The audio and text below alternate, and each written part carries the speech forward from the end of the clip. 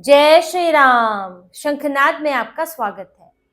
JNU के वामपंथियों ने कुलपति शांति श्री धूलीपुड़ी को हटाने के लिए एड़ी चोटी का जोर लगा लिया है। हर कोशिश करके देख ली है, लेकिन फिर भी वो कुलपति को उनके पद से हटा नहीं पा रहे हैं। इन्होंने चिट्ठियां लिख ली, विरोध प्रदर्शन कर लिया, हिंसा भी कर ली, पुलिस से भी मार खा ली, पुलिस के ऊपर भी हमला कर लिया और यहाँ तक कि SC/ST एक्ट तक लगवा दिया। जो इनके पूर्व अध्यक्ष है धनंजय, वो दलित समाज से आते हैं। उन्होंने SC/ST एक्ट के तहत शिकायत कर दी शांति श्री धूलीपुड़ी के खिलाफ। शांति श्री धूलीपुड़ी OBC समाज से आती हैं और उनके खिलाफ इन्होंने कर दी SC/ST एक्ट में शिकायत। और यहाँ तक कि इन्होंने पत्र भी लिखा शिक्षा मंत्री को, लेकिन कुछ नहीं हुआ, जीरो। कोई सुन नहीं रहा है, किसी को मायने नहीं रखता ये है भी कि नहीं दुनिया में। तो अब क्या कर रहे हैं, ये रेफरेंडम कर रहे हैं, जनमत संग्रह।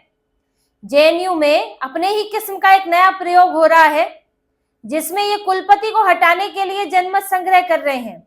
जेएनयू से जुड़े हुए जो अलग अलग स्कूल हैं, विशेष केंद्र हैं, सेंटर्स हैं, उनके बाहर जनमत संग्रह होने वाला है।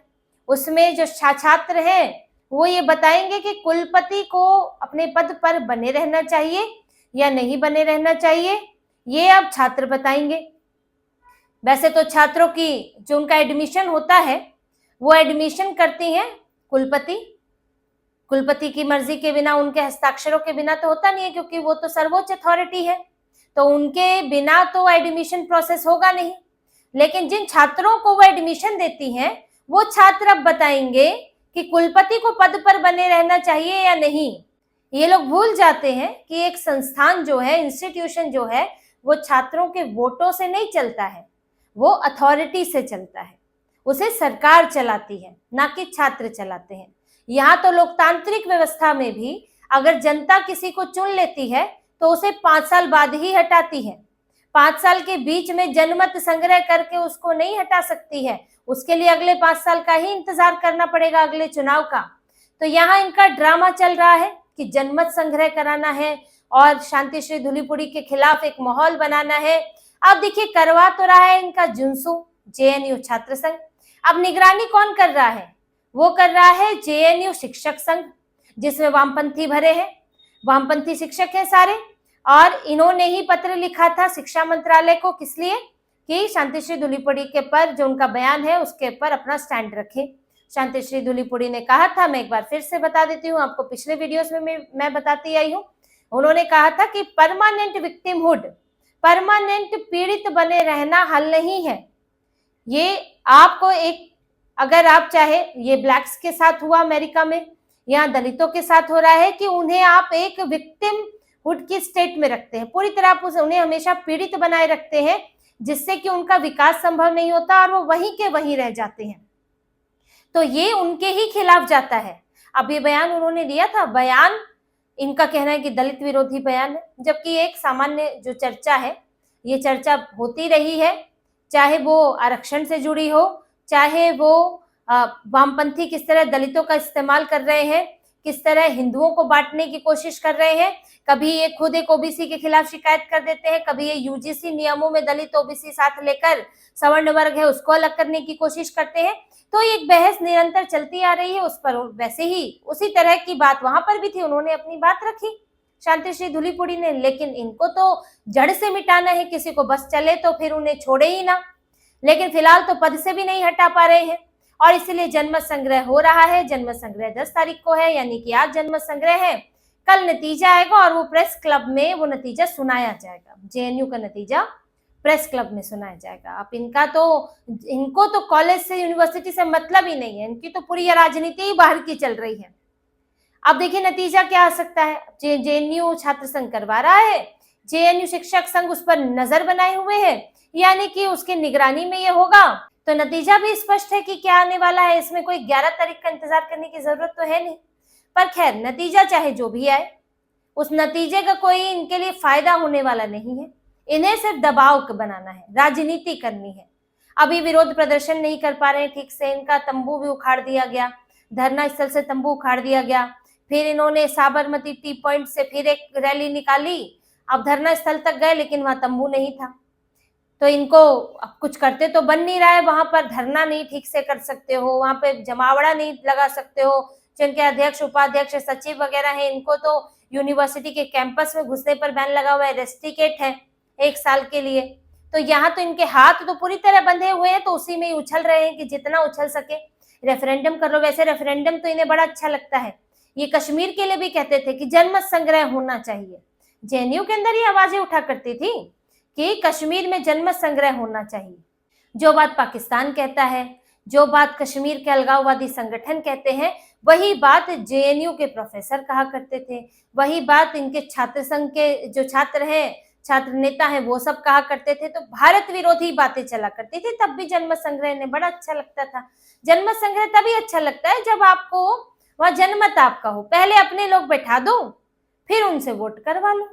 यही इनको, अगर इनको लगता है कि जनमत संग्रह में भैया थोड़ा मुश्किल हो सकती है, दूसरे भी वोट पड़ सकते हैं, हम नहीं जीत पाएंगे, तो जनमत संग्रह की बात ही नहीं करते। कश्मीर में क्या है, कश्मीर में तो मुसलमान है, उस इलाके में पूरा जम्मू कश्मीर भी कर देंगे तो भी मुस्लिम बहुल है। तो इनको लगता है अरे जनमत संग्रह हो जाएगा तो जीतना तो हमें ही है। सेफ साइड, जहां पता है अपनी आबादी है, वहां जनमत संग्रह करा लो। अगर कहे कि नहीं कश्मीर पर पूरे भारत में जनमत संग्रह कराओ, क्योंकि कश्मीर भारत का हिस्सा है और कश्मीर का फैसला अब सिर्फ कश्मीर नहीं करेगा, पूरा भारत करेगा, तब ये तुरंत पीछे हट जाएंगे। नहीं जी, नहीं चाहिए जनमत संग्रह, ऐसे कैसे होता है जी, कश्मीर में ही सिर्फ होना चाहिए, यही सब बातें कहने लगेंगे। तो यही इनका ऐसा ही कुछ जनमत संग्रह जेएनयू में भी होने वाला है।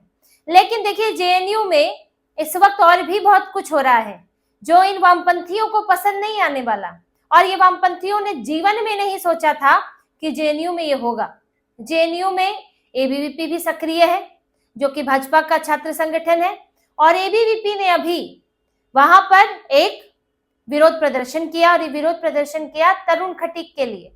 तरुण खटीक, जिनकी दिल्ली के उत्तम नगर में मुसलमानों की भीड़ ने लिंचिंग कर दी, मॉब लिंचिंग करके उनको मार दिया होली के एक छोटे से मामले पर, जिसमें जो अभियुक्त है, इसमें जो आरोपी परिवार है, उस परिवार की एक महिला पर, तरुण के परिवार की 11 साल की बच्ची का गुब्बारे की छींटे पड़ गई थी, क्योंकि वो बच्ची अपने चाचा का इंतजार कर रही थी छज्जे पर खड़े होकर कि चाचा आएंगे, वो उन्हें गुब्बारा मारेगी। लेकिन वो गुब्बारा उसके हाथ से छूटता है, जमीन पर गिरता है, उसके कुछ छींटे उस महिला पर आ जाते हैं। तो उसके बाद इनका परिवार ऐसा आग बबूला हो जाता है कि पहले तो उनके तरुण के परिवार पर बरसता है, तरुण के परिवार को खुद को बंद करना पड़ता है, गाली गलौच होती है। और जब तरुण आता है, तरुण अपने दोस्त के घर पर था, तरुण जब वापस आता है तो ये मुसलमानों की भीड़ उसे घेर कर मार देती है। तरुण खटीक, जो कि हिंदू समुदाय से है, दलित समाज से आने वाला लड़का, उसके लिए खूब विरोध प्रदर्शन हो रहा है, बुलडोजर कार्रवाई भी हुई है, पुलिस ने 14 आरोपी भी पकड़े हैं और एक्शन जारी है। सीएम रेखा गुप्ता भी मिली है तरुण खटीक के परिवार से, और एबीवीपी ने भी उनके समर्थन में और जल्द से जल्द कार्रवाई के लिए जेएनयू में विरोध प्रदर्शन किया। साबरमती ढाबे पर यह हुआ, पुतला फूका गया और तरुण के लिए इंसाफ की मांग की गई। अब किसी हिंदू के लिए जेएनयू में इंसाफ मांगा गया है, ये तो हवा ही बदल गई, ये तो सिर के बल उलट गया है जेएनयू। आप समझ सकते हैं, यहाँ तो अखलाक के लिए, पहलू के लिए और अफजल गुरु के लिए ही न्याय मांगा जाता रहा है। यहाँ पर अखलाक और पहलू खान के लिए तो फिर भी समझ आता है, लेकिन अफजल गुरु आतंकी के लिए ये लोग न्याय मांगते हैं। अफजल हम शर्मिंदा है, तेरी खातिर जिंदा है, हर घर से अफजल निकलेगा, ये सब जेएनयू में ही नारे लगते थे। लेकिन आज जेएनयू में तरुण खटीक के लिए नारे लग रहे हैं और उसके लिए इंसाफ मांगा जा रहा है। तो यहाँ इस परिवर्तन को भी देखना जरूरी है, और ये भी देखना जरूरी है कि वामपंथी विचारधारा ने क्या हाल किया हुआ है, और वहां पर जब एक दूसरी विचारधारा उभर रही है तो वो क्या परिवर्तन लेकर आ रही है। और ये बात मैं ऐसे ही नहीं कह रही हूँ, ये आप इनके सोशल मीडिया पेज पर जाकर देखिए, एबीवीपी का देखिए, आयसा का और एसएफआई का देखिए। एबीवीपी के सोशल मीडिया पर आप देखेंगे तरुण खटीक के लिए मांग उठाई गई। जेएनयू में जो छात्र संघ का काम क्या होता है, छात्र संगठनों का काम बाहरी मुद्दों, ईरान, इराक, इसराइल के मुद्दों पर विरोध प्रदर्शन नहीं करना होता है। आप छात्र संघ बनाते हैं ताकि जो कॉलेज है, यूनिवर्सिटी है, वहां पर आप छात्रों के मुद्दे उठा सके। लेकिन आयसा, एसएफआई एक भी छात्रों का मुद्दा नहीं उठाते। जबकि एबीवीपी के पेज पर आप देखेंगे तो आपको उसमें दिखेगा वॉशरूम को लेकर समस्या है किस बिल्डिंग में, तो उसको लेकर मांग की गई है। कुछ एक मैनुअल के खिलाफ, इनका सीओपी एक मैनुअल के खिलाफ ये लोग थे, उसके लिए मांग की गई है। तो यूनिवर्सिटी के जो मुद्दे हैं उसका भी जिक्र इनके पन्ने पर मिल जाता है।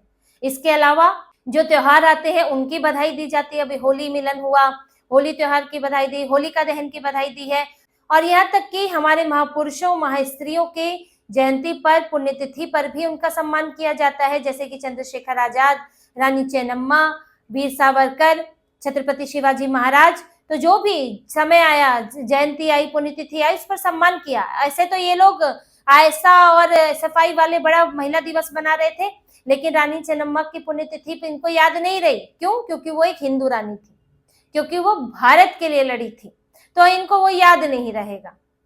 तो ये इनके अंतर दिखता है, विचारधारा में तो है ही है, लेकिन इनको ना तो यूनिवर्सिटी की पड़ी है, ऐसा SFI वालों को ना तो छात्रों की पड़ी है। आप छात्र संघ में है, मुद्दे क्या उठेंगे इनके यहाँ पे? ईरान में हमला क्यों कर रहा है इसराइल और अमेरिका? गजा में इसराइल हमला क्यों कर रहा है?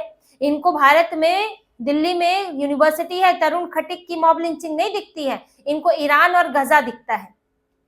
तो ये कितने हैं भारत के, ये कितने हैं यूनिवर्सिटी के? क्या करेंगे छात्रों के लिए, ये भी साफ नजर आ रहा है। और अभी तो इनकी बेचैनी बहुत ज्यादा है, क्योंकि मैंने आपको पहले भी बताया, वाम किला ध्वस्त हो चुका है। इनकी वाम दुनिया से अब इनको हकीकत की तरफ जब ये बढ़ रहे हैं तो इनकी बेचैनी बढ़ रही है। जैसे कोई नशे में होता है व्यक्ति और होश में आता है, और उसको जब दोबारा नशा नहीं मिलता है तो फिर उसकी बेचैनी बढ़ती है, तो वही हालत इनकी हो रही है। तो वामपंथी एक तरह से पागल हुए पड़े हैं JNU में, इसीलिए ये जनमत संग्रह जैसी इनकी नौबत आ गई है, और कुलपति के इस्तीफे के लिए इन्होंने पूरा जोर लगा दिया है, पर इनको पूरी तरह से विफलता हासिल हो रही है। पुलिस की कार्रवाई अलग चल रही है, 14 के ऊपर जो गिरफ्तारी है वो तो है ही, केस है ही, इनके तंबू उखड़ रहे हैं और इनके ऊपर पूरी तरह से शिकंजा कसा हुआ है। तो इसी तरह की और खबरें और विश्लेषण आपके लिए लाते रहेंगे, हमसे जुड़े रहिए, सब्सक्राइब कीजिए, कमेंट कीजिए। बहुत बहुत धन्यवाद। जय श्री राम।